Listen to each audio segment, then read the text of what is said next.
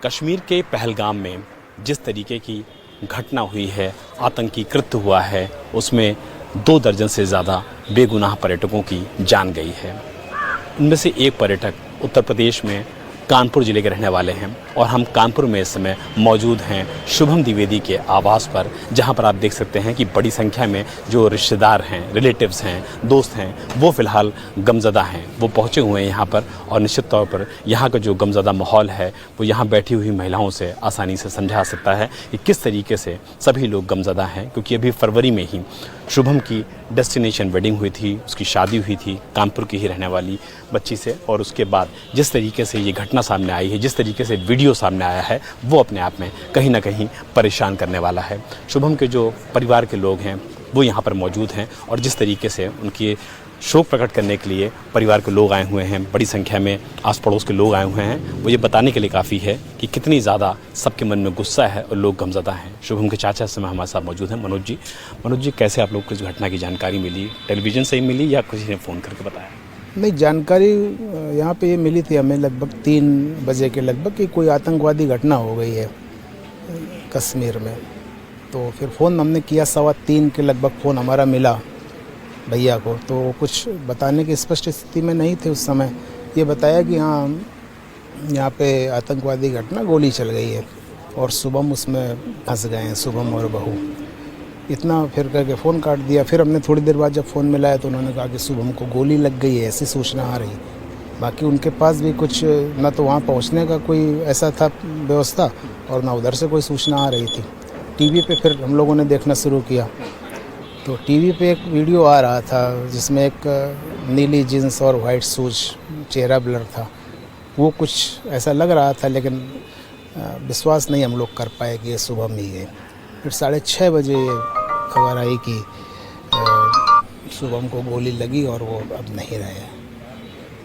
तब इस खबर की पुष्टि हो पाई पूरी तरीके। उसके बाद ही ऑफिशियल लिस्ट भी उसके बाद ही सब जारी हुआ है, काफ़ी देर बाद तभी हुआ ऐसा। यानी कि जो आपके बड़े भाई थे वो उस समय साथ में शुभम के नहीं थे, वो लोग कहीं और रहे थे, शुभम और उनकी? ऐसा था कि नहीं, वो जो स्थान है जहाँ पे आतंकवादी हमला हुआ ऊपर है, वो वहाँ घोड़े से जाने की, खच्चर घोड़े से जाते हैं। और भाई साहब जो लोग बाकी लोग थे नीचे थे, ओल्ड एज की वजह से शायद ऊपर ना गए हों। नहीं गए, या फिर या हुआ कि आप होके आओ, हम यहीं रुकते हैं। तो वो लोग चले गए वहाँ पे कि आप बच्चे हैं, घूम के आते हैं।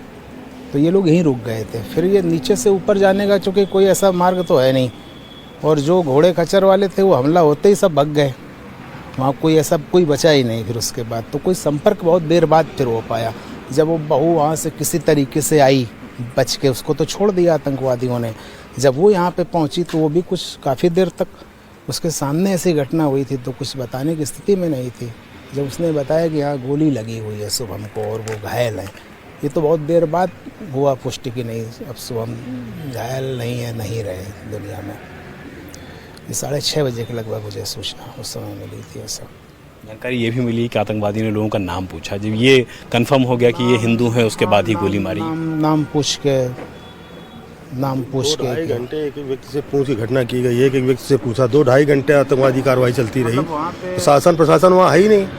आप इतना बड़ा टूरिज्म बनाए हुए हैं, करोड़ों लोग वहाँ जाता है कश्मीर। 370 हटने के बाद 8 गुना यात्रियों की संख्या बढ़ गई। सरकार कहाँ है?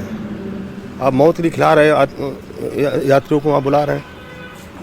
जब आतंकवादी प्रकट हो जाता है तो विसर्जन शुरू होता है, उनको ख़त्म कर दिया, फिर आतंकवादी पैदा हो जाते हैं। अरे भैया, हम ही को मारते हैं, हम ही लोग कमाते हैं, हम ही लोगों को मारते हैं।